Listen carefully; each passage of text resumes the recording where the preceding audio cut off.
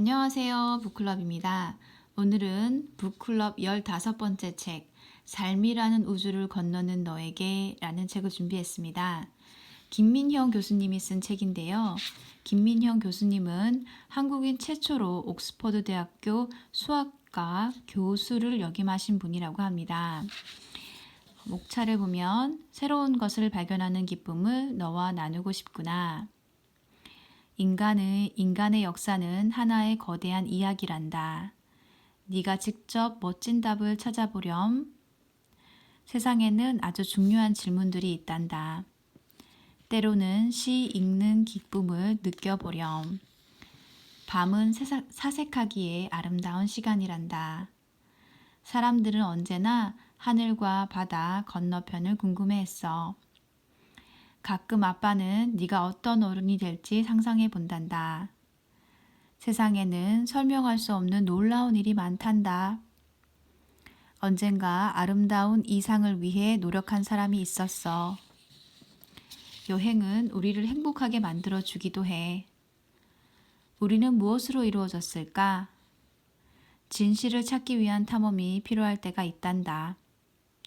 생각의 지도를 그리는 법을 알려줄게. 마지막에 부르는 노래는 아름답기 마련이란다. 우리는 모두 서로 다른 것을 지니고 있어. 여행의 즐거운 순간마다 네가 생각난단다.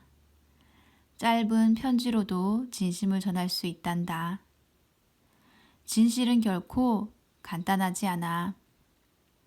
우리의 여행은 앞으로도 계속될 거야. 어른이 된 오신에게. 첫 번째 편지. 새로운 것을 발견하는 기쁨을 너와 나누고 싶구나. 앞으로도 보고 싶은 마음을 참기 힘들 때마다 아빠 가슴속의 작은 구멍이 점점 커지는 것 같을 때마다 너에게 편지를 쓸 생각이다. 오신에게.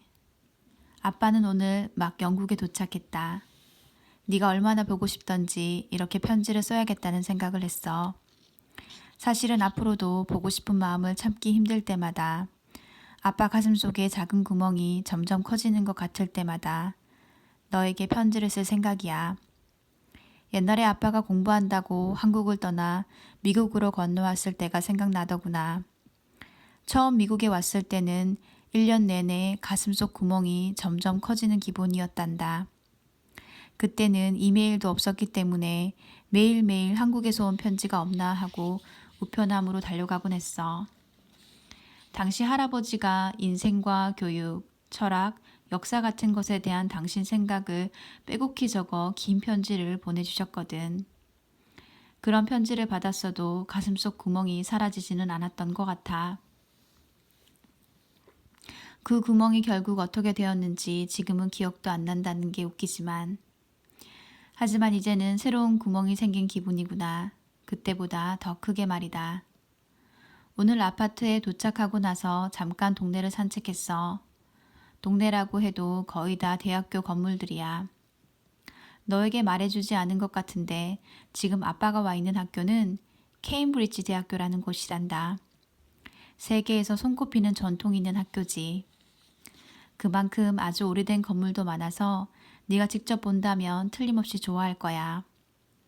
동네에 중세시대 때 지어진 교회 건물이 있는데 그곳에서 볼 수 있는 스테인드 글라스로 그려진 예수의 모습이 정말 아름다워.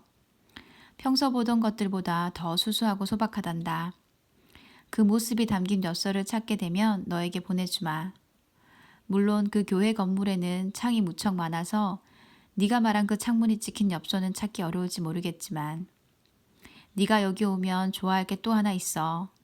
바로 대학 건물들 사이를 흐르는 작은 강이란다. 강은 오래된 건물들을 휘감아 돌면서 예쁜 다리 아래로 아주 조용히 흐르지. 강물 위에는 학생들이 많이 타는 펀트라는 조그만 나룻배들이 떠다니고 언젠가 우리도 나룻배 한 척 빌려서 강 위를 떠다니며 이 동네의 고요한 잔디밭과 정원을 감상할 수 있을지 모르겠구나. 중세시대에 지어진 케임브리지 성묘교회는 이곳 사람들의 일상 속에 수수하고 소박하게 빛난다. 건물이 너무 예쁘네요. 케임브리지 대학교의 오래된 건물들 사이를 휘돌아 흐르는 작은 강에 학생들은 펀트라는 나룻배를 띄우고 여유를 즐긴다. 와, 너무 멋있네요. 케임브리지 대학교. 아빠가 사는 플랫, 영국에서는 아파트가 아니라 플랫이라고 부른단다. 영국은 진짜 너무 멋있는 곳인 것 같아요. 아빠가 사는 플랫 뒤에는 뜰이 있는데 잔디가 아주 새파래. 여기는 애리조나보다 비가 훨씬 많이 오니까 풀도 더욱 푸른 모양이야. 이 집은 2층도 있어서 아빠가 지내는 방에서는 뒷뜰이 훤히 내려다 보여. 난 당연히 우리 가족이 모두 와서 머물게 될 거라 생각하고 빌린 것이어서 집이 더욱 크게 느껴지는구나. 이곳에는 아이작 뉴턴의 이름을 딴 수학 연구소가 있어. 뉴턴이 케임브리지에서 공부할 때 만류 인력의 법칙을 발견했거든. 이 법칙은 달이 어떻게 지구 주위를 도는지, 지구와 다른 행성들이 어떻게 태양 주위를 도는지 정확하게 설명해 준단다.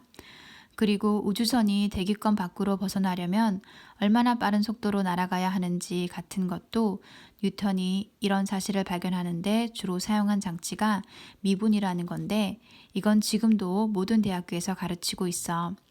어떤 사람들은 아이작 뉴턴을 아르키메데스 이후 가장 훌륭한 과학자라고 한단다. 그 다음으로 훌륭한 학자는 알베르트 아인슈타인이라고들 하지. 아인슈타인은 뉴턴이 전부 다 옳지는 않다는 걸 밝혀냈거든. 아빠 가슴 속에 구멍이 있기는 하지만 여기서 열심히 연구하면서 지내도록 해보마.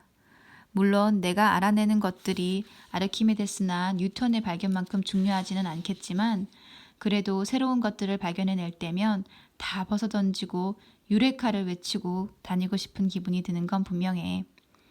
동네 산책을 마치고 돌아오는데 막 땅거미가 지기 시작하더라. 프랑스의 여름이 해가 얼마나 늦게 지는지 기억나지?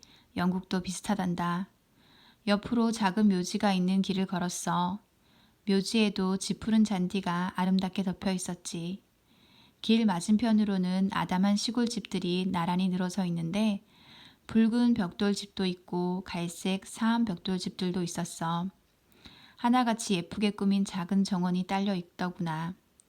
정원에는 울타리나 낮은 돌담이 둘러쳐져서 있고 빛과 공기, 하늘이 어찌나 고요한지 너와 함께 외우던 시가 생각났단다. 고요하고 한갓진 아름다운 저녁, 수녀처럼 조용한 성스러운 시간, 숨막힐 듯 동경하는 저 커다란 해가 제 정적 속에서 가라앉고 있다. 천국의 부드러움이 바다 위를 덮었구나. 오, 들어보게. 전능한 분이 깨어나네. 그분 영원한 움직임으로 천둥 같은 소리를 내네. 영원토록. 아이야, 소녀야, 여기서 나와 함께 걷자꾸나. 네가 심각한 철학을 모른다 해도 본성은 더없이 성스럽구나. 너는 아브라함의 품 안에 안겨 1년 내내 사원의 가장 깊은 성소에서 경배하네. 우리가 모르더라도 그분이 너와 함께 하리. 생각해보니 이 시를 쓴 영국 시인 윌리엄 워즈워스 역시 이곳 케임브리지를 다녔구나. 정작 자신은 그 사실을 별로 좋아하지 않았다지만 그는 철학이란 책이 아니라 나무와 새, 꽃에서 배워야 하는 거라고 생각하는 이른바 낭만주의자였거든. 물론 철학은 모든 것에서 배울 수 있다는 게 너와 나의 생각이지. 아빠는 애리조나를 떠난 이후로 30시간 넘게 잠을 못 잤단다. 이제 그만 자는 게 좋겠다. 이번에도 꿈에서 만나 한 번 더 물싸움하고 놀까? 나일이 평소보다 더 꼭 안아주고 이 편지도 보여주렴. 엄마 말 잘 듣고. 아빠가. 부모 자신을 위한 편지. 추신. 2005년 여름에 나는 혼자서 유럽으로 연구 여행을 떠나게 됐다. 몇 달에 걸쳐서 영국 케임브리지 대학교의 뉴턴 연구소, 독일 본의 막스 플랑크 수학 연구소, 그리고 슈바르트 발츠 산중에 있는 오버볼 파프 연구소를 방문하면서 다수의 학회에 참석하고 여러 나라의 수학자들과 학문적 교류를 하는 것이 주 목적이었다. 그때는 미국 남서부 애리조나에 살고 있었기 때문에 여정이 상당히 먼 거리로 느껴졌다. 원래는 식구가 모두 가려고 했던 터라 마음이 유난히 허전했고 아이들을 보고 싶은 생각이 비행기 안에서부터 간절했다.